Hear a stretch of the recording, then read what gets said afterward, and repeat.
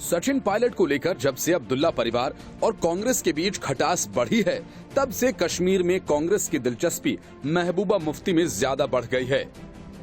P Chidambaram के बाद अब राहुल गांधी ने महबूबा मुफ्ती की रिहाई को लेकर ट्वीट किया है।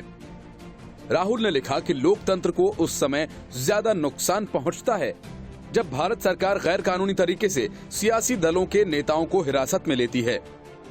ये बेहद सही समय है जब महबूबा मुफ्ती को छोड़ा जाए। राहुल गांधी का ये ट्वीट ऐसे समय में आया जब महबूबा मुफ्ती की हिरासत को 3 महीने के लिए बढ़ा दिया गया है। अब सवाल यह है कि राहुल गांधी के लिए ये सही वक्त क्यों है? इस बात को जानना जरूरी है। असल में हाल ही में महबूबा मुफ्ती की बेटी इल्तिजा मुफ्ती ने ट्वीट कर कहा था कि 5 अगस्त हमारे लिए ब्लैक डे है। 5 अगस्त को ही पीएम मोदी अयोध्या में भूमि पूजन के आयोजन में शामिल होंगे। राम मंदिर के निर्माण की शुरुआत होगी। ऐसे में राहुल गांधी मौका खोज रहे हैं कि 5 अगस्त को क्या किया जाए। राहुल गांधी के ट्वीट को उसी नजरिए से देखा जा रहा है।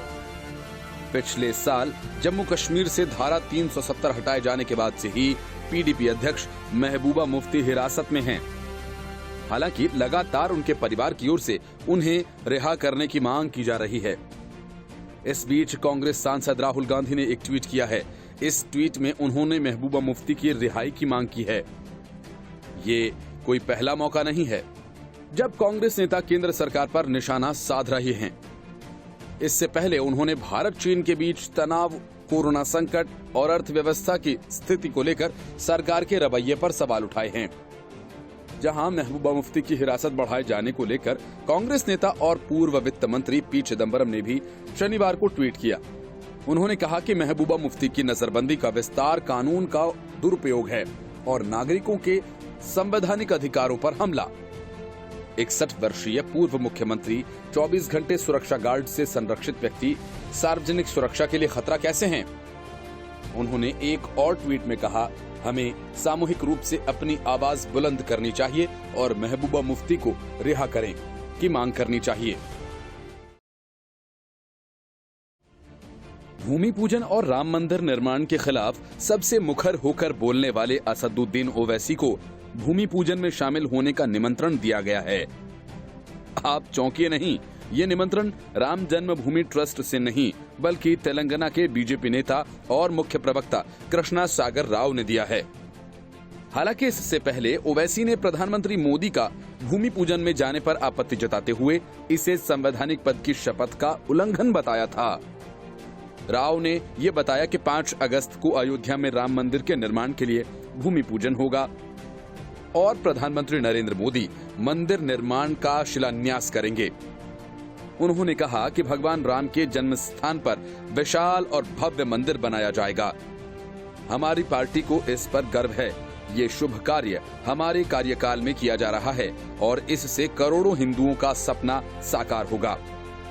उन्होंने वामपंथी और AIMIM जैसी पार्टियों के विरोध को तुच्छ बताया।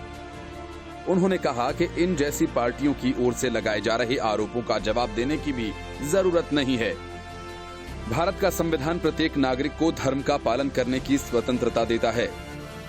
कृष्णा सागर राव ने कहा, वो राम मंदिर भूमि पूजन के लिए कम्युनिस्ट पार्टी के लोगों और असदुद्दीन ओवैसी जैसे लोगों को आमंत्रित करते हैं जिन्होंने भूमि पूजन को लेकर आपत्ति जताई है। असदुद्दीन ओवैसी ने कुछ दिन पहले कहा था कि प्रधानमंत्री मोदी देश का प्रतिनिधित्व करते हैं और ऐसे में उनका राम मंदिर भूमि पूजन के लिए जाना उनके संवैधानिक पद की शपथ का उल्लंघन है, क्योंकि संविधान की मूल भावना ही धर्मनिरपेक्षता है। बता दें कि अयोध्या में राम मंदिर निर्माण का काम शिलान्यास के बाद शुरू होगा। इसमें पीएम मोदी सहित देश के बड़े संत और राम मंदिर आंदोलन से जुड़े लोग शामिल होंगे। कुछ दिन पहले ही शरद पवार ने अजीब सवाल पूछा था कि क्या राम मंदिर बनने से कोरोना संकट खत्म हो जाएगा? अब कुछ वैसा ही सवाल संजय राउत ने पूछा है कि क्या 5 राफेल से लोगों की बेरोजगारी खत्म हो जाएगी? असल में उद्धव ठाकरे एंड कंपनी हर मौके की तलाश में रहती है कि कैसे मोदी सरकार पर हमला किया जाए और इसी क्रम में उसे राफेल को लेकर टिप्पणी की गई। अब सवाल ये है कि क्या संजय राउत को नहीं पता कि राफेल का काम क्या है और देश के सामने चुनौतियां क्या हैं? लेकिन इन सबको किनारे रखकर राउत ने राहुल गांधी वाले स्टाइल में सवाल दागा। हालांकि राफेल के सहारे राउत ने सीधा पीएम मोदी पर निशाना साधा है। राउत का कहना है कि अगर नौकरियां जाने जैसी समस्याएं नहीं सुलझी तो लोग प्रधानमंत्री नरेंद्र मोदी का इस्तीफा मांग सकते हैं।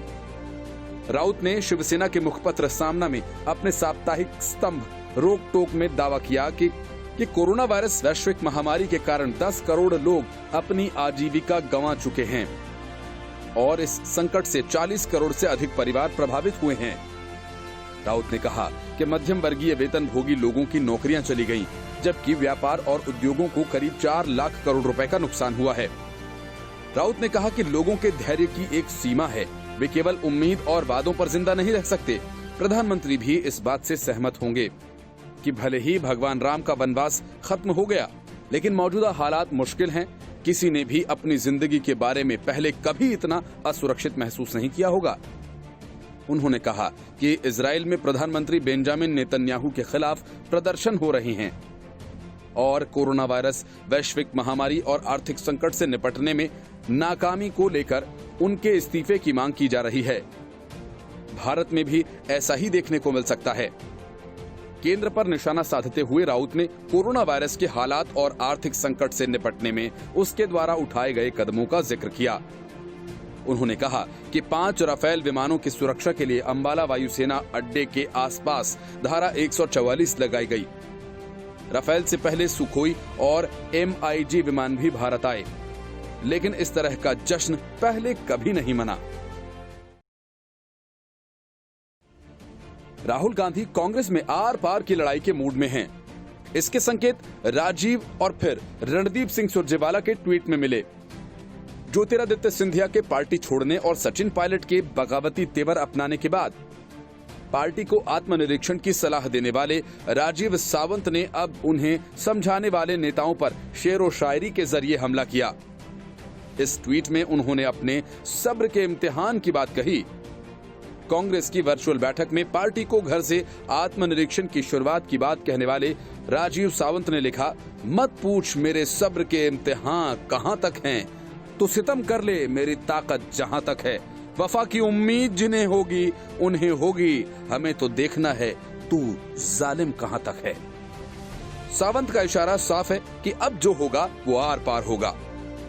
दरअसल पूर्व केंद्रीय मंत्री मनीष तिवारी ने राजीव द्वारा आत्मनिरीक्षण की बात कहे जाने पर ट्विटर पर लिखा था कि बीजेपी 2004 से 2014 तक 10 साल सत्ता से बाहर रही, लेकिन उन्होंने उस समय की हालत के लिए कभी अटल बिहारी वाजपेयी की सरकार या उनकी सरकार को जिम्मेदार नहीं ठहराया। उन्होंने कहा, कांग्रेस में दुर्भाग्य से कुछ दिग्भ्रमित लोग एनडीए और बीजेपी से लड़ने के बजाय डॉक्टर मनमोहन सिंह की सरकार पर छींटाकशी कर रहे हैं। जब एकता की जरूरत है वे विभाजन कर रहे हैं। उधर कांग्रेस नेताओं के ट्विटर वार पर पार्टी के राष्ट्रीय प्रवक्ता रणदीप सुरजेवाला ने कहा, ट्विटर न खेलें, साथ मिलकर मोदी सरकार के खिलाफ आवाज उठाएं।